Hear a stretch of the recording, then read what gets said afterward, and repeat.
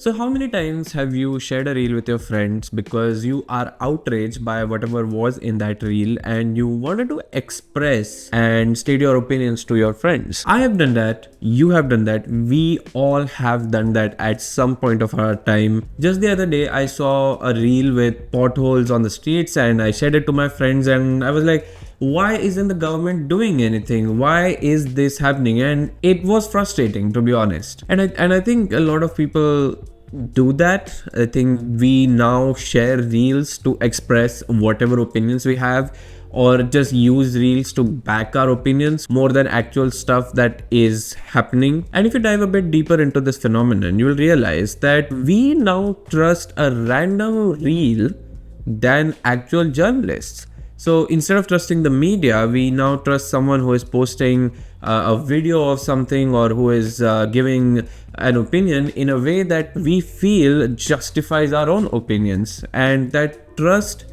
has shifted. And of course, the journalists are themselves responsible for this as well. Mainstream TV media is responsible for this, and the use of mobile phones shifting our technologies from just TVs to then PCs and then phones and now AI. Of course, everything plays a role, but whatever has happened, we have to realize, or we have to at least accept, that trust in media has decreased significantly. And you might say, come on, I'm happy watching reels, watching YouTube, I'm getting all the information I want. Who cares if we don't trust the media?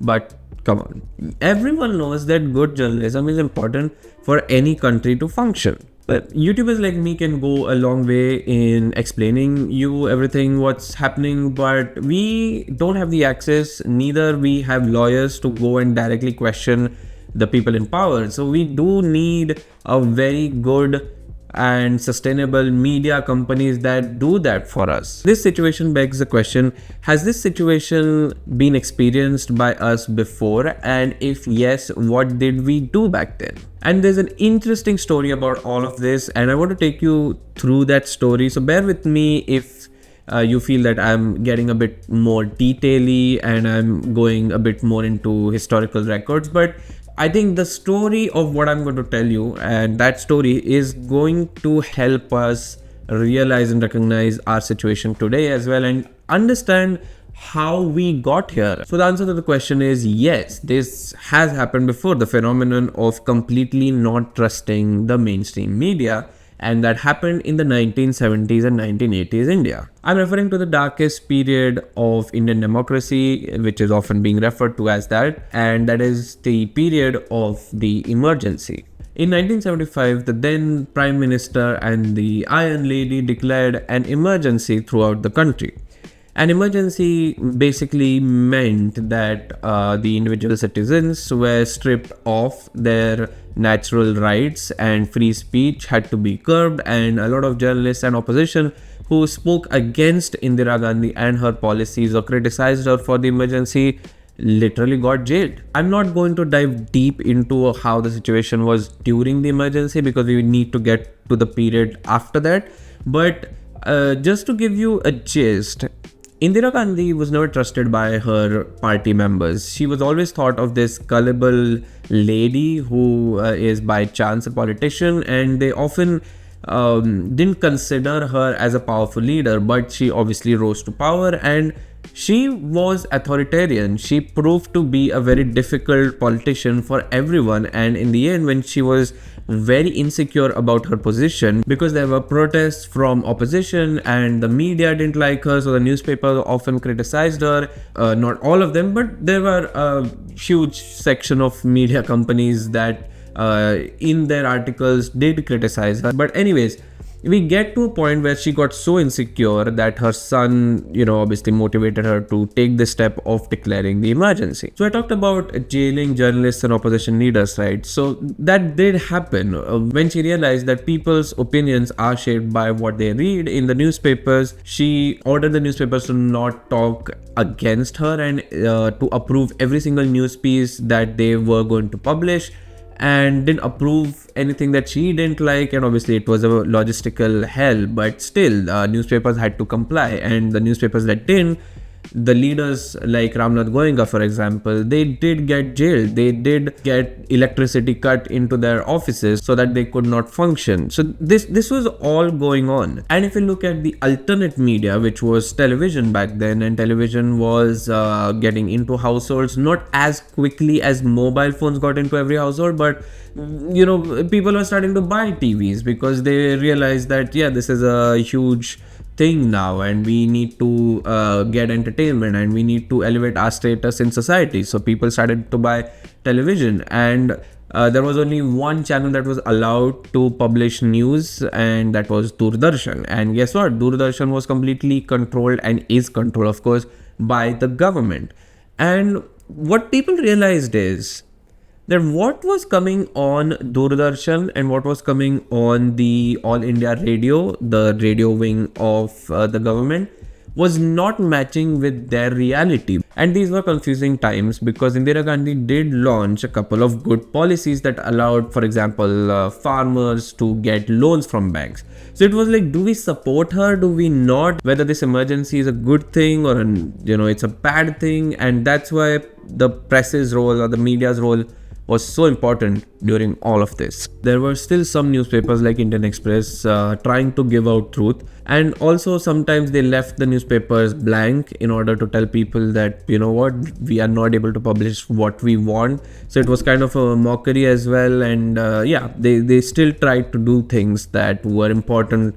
It's an interesting period in history, and I have attached a document where I have all the sources and some of the paragraphs that I felt are very important, but I'm not talking about those paragraphs in this video because the video is not about the emergency. But if you are interested, do check out that document and go to the sources and do read about what happened back then. But anyways, let's move on now.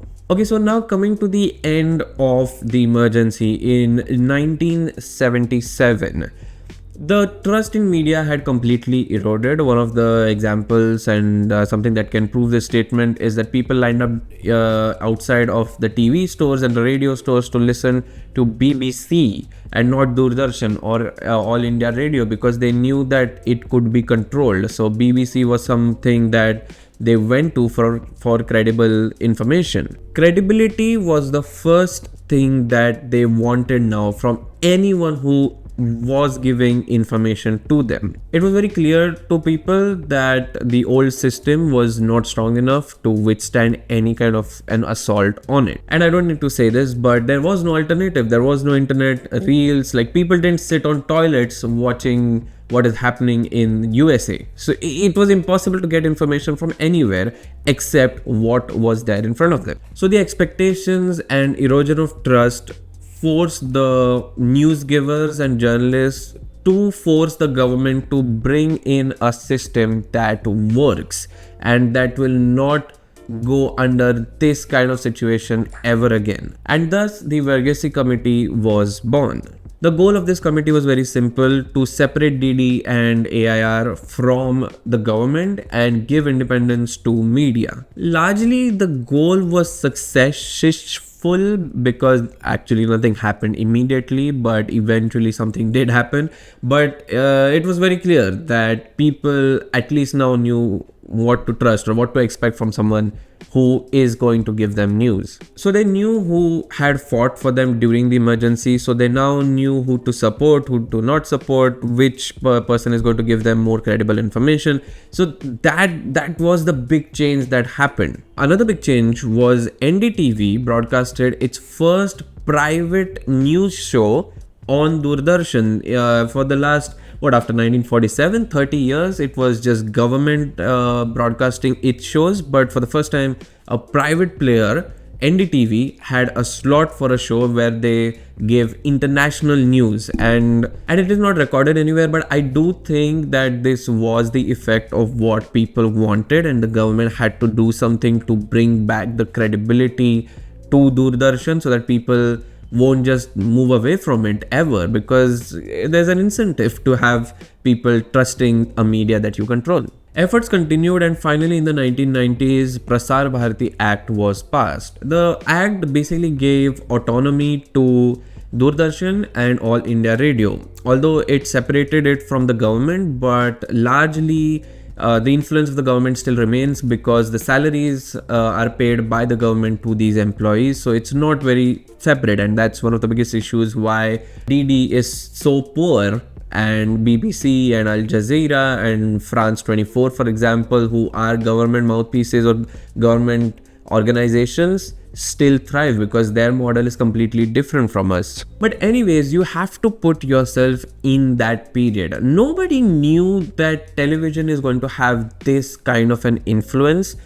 That's why what they tried to do was to just separate the previously government controlled media and just give them a bit autonomy. If they knew that television is going to change the entire country, they could have perhaps gone on to do something else, because after 10 more years we launched our first 24 hours news channel. So there was a big gap between what they knew and what was going to happen going forward. Okay, while writing the script and recording, I realized that when I'm talking about people, it's not the whole country, because India, when we talk about the people of India, it is going to rarely be the entire nation, because we are so separated. There is rural India, there is urban India, and there is elite, rich kind of an India. So when I'm talking about this situation, I'm talking about the people who could afford television sets into their homes, or who could understand English news, and who had a radio. So it was still a small proportion, and out of that too, there was an even smaller proportion who actually cared about the credibility of media. And largely there was this passive consumption of, yeah, things are happening. Like, they didn't even know that, oh, okay, the government is controlling this show, or there is an influence on the media of the government. And it is not really different from today, because there is a large portion of the country still passively consuming things that are shown to them, and instead of TVs, it's through mobile phones. Anyways, the act was passed in 1990, it was implemented in 1997, and then private newscasters just took over, because India had a large amount of TV sets now, and people could broadcast news on their own. Media and opposition and people realizing that journalism is so important for a country's democracy is a very important thing, and I think that has to be reminded even today, because like I said at the start of the video, we are now slowly starting to trust content creators or explainers on YouTube more than actual journalists, and it is something to ponder on.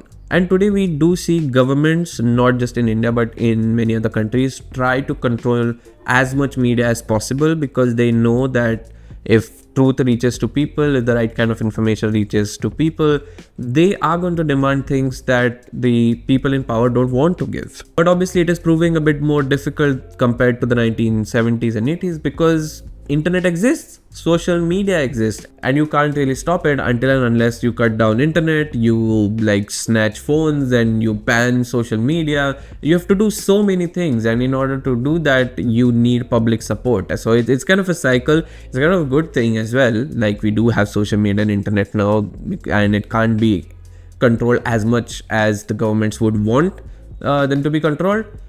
But yeah, coming back to just one more point, why do you think media still listens to the government, even though, as I said, internet exists and social media exists? The problem is that in order to have this big influence in a country like India with such a big population and such a big surface area, you need money, you need technology, and for that media is going to rely on advertisements, because hey, firstly, no one is subscribing to online news companies. Even if they are, it's a very slow process. People have started to now somewhat not have newspapers in their homes. TV media completely relies on advertisements, and those advertisements are far less than any kind of entertainment channels. So it is natural for them to be in favor of the government, so that their money, whatever they are earning, keeps on coming. And we do need to understand that it's not just the journalists who are not giving us the news that we want, but it's also the business model that is forcing them to do so. And that's why we are relying more on independent creators who come out and explain us things and who sound like us, who are like us, because we are searching that trust, not unlike the people who searched trust and credibility post emergency. Unfortunately, because there is so much information available today, we are bound to believe in things that sound true but maybe aren't and not factual. Even if you look at the thumbnails of YouTube, there is often this thing about being told what to feel about certain things. So it does become a bit difficult to navigate through a situation, and that's why I don't blame anyone who believes in certain things that are like, maybe called propaganda or something like that. But yeah, it's the system now, and it's very difficult to not fall into that pit. It's not fall into that trap. I need to calm down. Is there hope? Why I have hope is because if you go back to the story that I told you about the emergency, there were still good journalists doing their job, and even today there are good journalists who are doing their jobs. It's not as though no one is trying to give us accurate information. There are people who are working towards it, and we have to understand that it is becoming very difficult to generate authentic information by doing investigations, and there comes our role. We need to support these people. We need to identify who is giving us genuine and accurate information. Some of the pointers and indicators are they providing the sources? Are they giving us a nuanced explanations or a nuanced thought? Are they picking up sides? Are they trying to trigger us? Are they increasing the volume of their voice to make us feel as though there is some kind of an emergency? And these are all indicators that I think a lot of people obviously know, but these indicators are going to help us identify what is accurate information today, and then build our trust again into institutions that are actually doing the job for us. Alright, and we are done. Thank you so much for watching. I'll be coming up with more such explainers on my part, and please do tell me if you want some subject that I should explore, and if I have gone wrong in explaining you some of the things in this video, do tell me that as well. The motive of this channel is to dive deeper into information, how it is generated, how it affects and shapes our lives. And I think the biggest need right now, a lot of people do tell me, is, dude, where do I find authentic sources? Where do I know, and how do I know, first of all, what is real? And therefore this channel exists. So if you like this episode, please do subscribe. I apologize if I have gotten a bit too heavy during the video, but hey, I just wanted to share this. Hope this helped you in some way, and I will be coming up with more videos like these. So stay tuned. Until next time.